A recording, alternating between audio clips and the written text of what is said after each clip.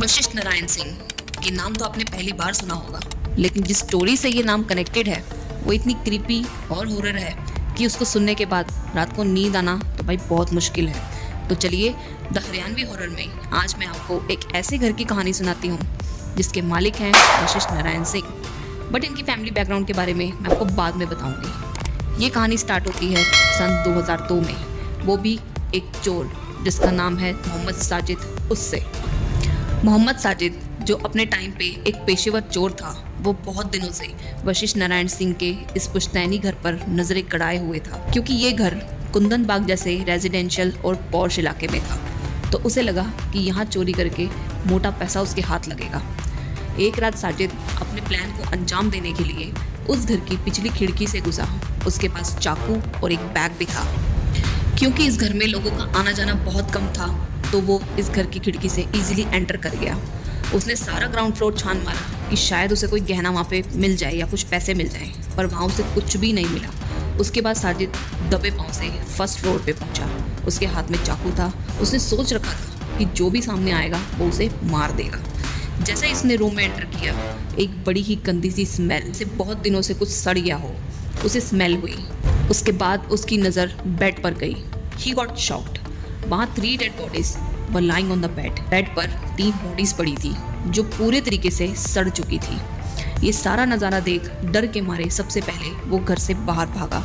उसने सोचा कि तीनों लोगों के मर्डर का इल्ज़ाम कहीं उसके सिर पे ना आ जाए। इसी डर के मारे वो खुद ही पुलिस स्टेशन चला गया।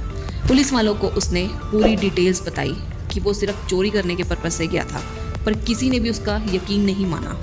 पुलिस मौके पर उस घर में पहुंची। उसने तीनों बॉडीज़ को पोस्टमार्टम के लिए भेजा, पर जो रिपोर्ट में निकल कर आया उसने पुलिस के भी होश उड़ा दिए। पोस्टमार्टम रिपोर्ट में लिखा था कि इन तीनों की बॉडीज़ को मरे हुए 6 महीने बीत चुके हैं। जैसे तैसे उस चोर साजिद को छोड़ा गया, क्योंकि वो सच कह रहा था। पुलिस ने जब पूरे घर की तलाशी ली तो उन्हें बेड के पास एक फिनाइल की बोतल मिली और ढेर सारा काला जादू करने का सामान मिला। पुलिस ने आसपास पूछताछ स्टार्ट की। आस पड़ोस के लोगों से पूछा गया कि यहाँ कौन रहता था, ये घर किसका है। घर के साथ लगते घरों के पड़ोसी तो सुन के बिल्कुल शॉक्ड हो गए। उनका कहना था कि ऐसा कैसे हो सकता है कि इनको मरे हुए 6 महीने हो गए, क्योंकि घर के साथ रहने वाली एक लेडी ने कहा कि कल ही तो इन तीनों को घर के आसपास आंगन में खेलते देखा गया था। कुछ लोगों का कहना था कि ये सिर्फ खाना खाने के बाद बाहर टहलने के लिए आया करते थे। ये सब सुनकर पुलिस भी डर गई। फिर वहाँ के एक बुजुर्ग ने बताया कि ये घर विश्वनाथ जी का है। अपने टाइम के माने हुए कंजूस होते थे विश्वनाथ जी। उनकी डेथ के बाद ये घर गया उनके बेटे के पास, जो बाहर यूएस में रहता था। एंसेस्ट्रल प्रॉपर्टी के चलते उसने इस घर को बेचने के बजाय रेंट पर दे दिया। लोगों का ऐसा मानना था कि इस घर में जो भी आता था वो 1 हफ्ते से ज़्यादा नहीं टिकता था।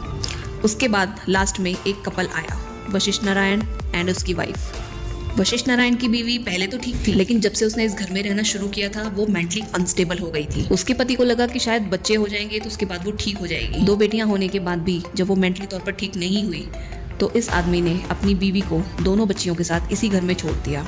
उसे तलाक दे दिया और हैदराबाद से कहीं दूर जाके बस गया। कहा जाता है कि डिवोर्स के बाद ये औरत पागल हो गई थी। वो रात रात तक हाथ में कैंडल लेके इस घर के चक्कर काटा करती थी। कई बार तो लोगों ने इनको चुपचाप घर की तरफ मुंह करके बैठे रहते हुए भी देखा, और बहुतों ने उनकी बेटियों के हाथ पर कई बार खून लगा भी देखा।